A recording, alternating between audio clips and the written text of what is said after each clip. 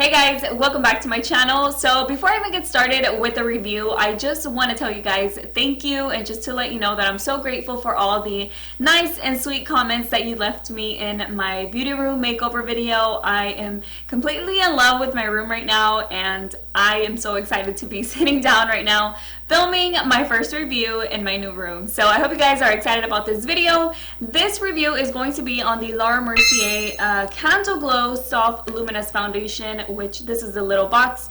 The foundation looks like this. It's really nice and seems very luxurious. The price is luxurious too, or it's a high price. But honestly, I have some pros and cons for this and who I think it would work for. First of all, the foundation claims that it is very lightweight and that it is medium coverage. Yes, it's lightweight. No, I would not agree that it's medium coverage. And on the website, I bought it from Sephora. On the Sephora's website, it does say that in the description, it says that it recommends you using Lara's foundation sponge. Now, I don't have that, and honestly, I feel like if you already have this expensive foundation, you shouldn't need to buy a sponge for it, right? But anyways, I decided to try it out with the two favorite things that I like to use, which one is being my beauty blender and the other is my foundation brush. This is a Morphe 438, I believe. I'm honestly not sure, the number's not on here, but this is the original beauty blender. So before I even describe what I did, I want to tell you that I did not apply any primer, anything besides a lotion, just to moisturize my skin, because my skin right now is very dry. So I didn't apply any primer because I wanted you to see the application if you don't use primer at all. So the first demo, it is of me using the beauty blender on one side, and honestly, I just feel like it doesn't do what it's supposed to do. I don't feel like it gives me any coverage whatsoever, and I honestly don't feel like it gives a medium coverage. If anything, it is very light. But what I feel is that with the sponge, it like picks up the product back up. Does that make any sense? But I feel like it leaves patches on my skin. If you guys have tried this foundation, let me know if that happens to you.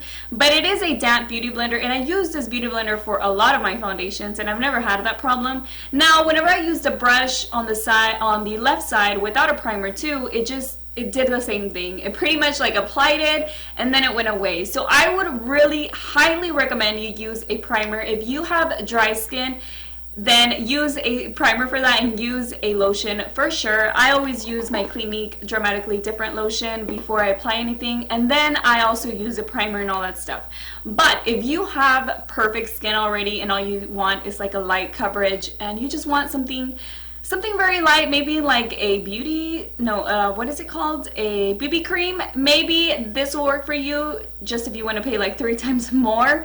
But I just don't feel like it gives a lot of coverage. I hope I'm not like the only one that thinks this, but you know, this is just my honest opinion. So I went ahead and I washed my face. Yes, I had to wash my face because I didn't want to finish off my makeup with the way that it looked without the primer. I'd never tried it without the primer, but I did it for the demo so that way you can see the difference. Now, whenever I applied my primer, I applied my Hangover RX, and then I also applied the Professional because I do have some pores. If you don't, you obviously don't need this and you'd be good with just a regular primer. But I put both of those, the Hangover RX mainly because I have redness, and then the Professional to fill in my pores. Once you do that, the foundation does a much better job. So I'm not saying I'm 100% happy with it. I feel like I have other foundations that can do that and even more without paying this much. The price is not a big deal to me if it's something that you're going to use often or that you feel like it's worth it. But I just you can find other foundations that are way cheaper, kind of like the Too Faced Born This Way foundation. I really like that one, and you don't have to worry about what you apply it with. And so for that, I did the exact same thing. I applied it one side with my beauty blender. I applied it first little dots with my finger, and then I blended out with my beauty blender on the right side. And then on the left side, I applied little dots with my finger and then buffed it out or blended it out with my brush. So that is the way that I did it right now. I went ahead and I applied my makeup on top of it, but it makes such a big difference once you already have your primers done. Honestly, there are some foundations that you can wear without needing a primer or anything. I'm used to just applying it already, but I know some people don't. I would say my overall thoughts, what I think is that if you already have perfect skin and it's like flawless, but you just want some type of coverage, maybe for little bit things here and there, I would say this foundation will work. But if you're looking for something that's medium, now it does say that it's buildable, but honestly, I feel like the more I apply, the more it starts coming off or looking patchy, and it does go into your pores. If you have pores, then it's gonna sink in there. If you're someone like me who has dry skin, who has redness, who has a little bit of pores, it's not gonna do much. This is the way that it looks now, but I already applied concealer, I already set it, I applied, you know, the little bit of bronzing and blush and all that stuff, so you can't really see the foundation as a whole, even though I did show you the way I applied it both times, with and without the primer. I do like the finish of it a lot more with the primer. This is just a foundation that I cannot wear without a primer, because you can definitely tell that you don't have a primer, and it looks patchy. It just looks patchy. I'm sorry. I wanted to love the foundation. I've never tried a foundation from this brand, and I was very excited, especially because it says Candleglow Soft Luminous.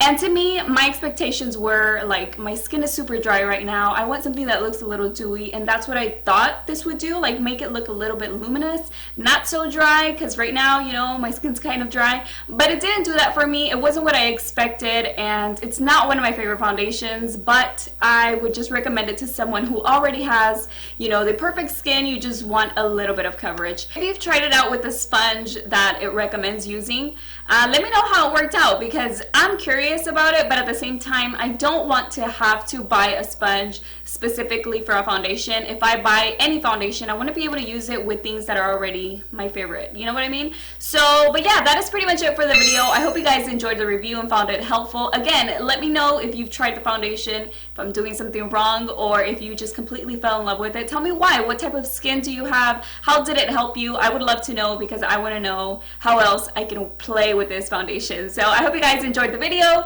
Don't forget to subscribe if you like what you see here on Beauty News, and I will see you all in my next one. Bye.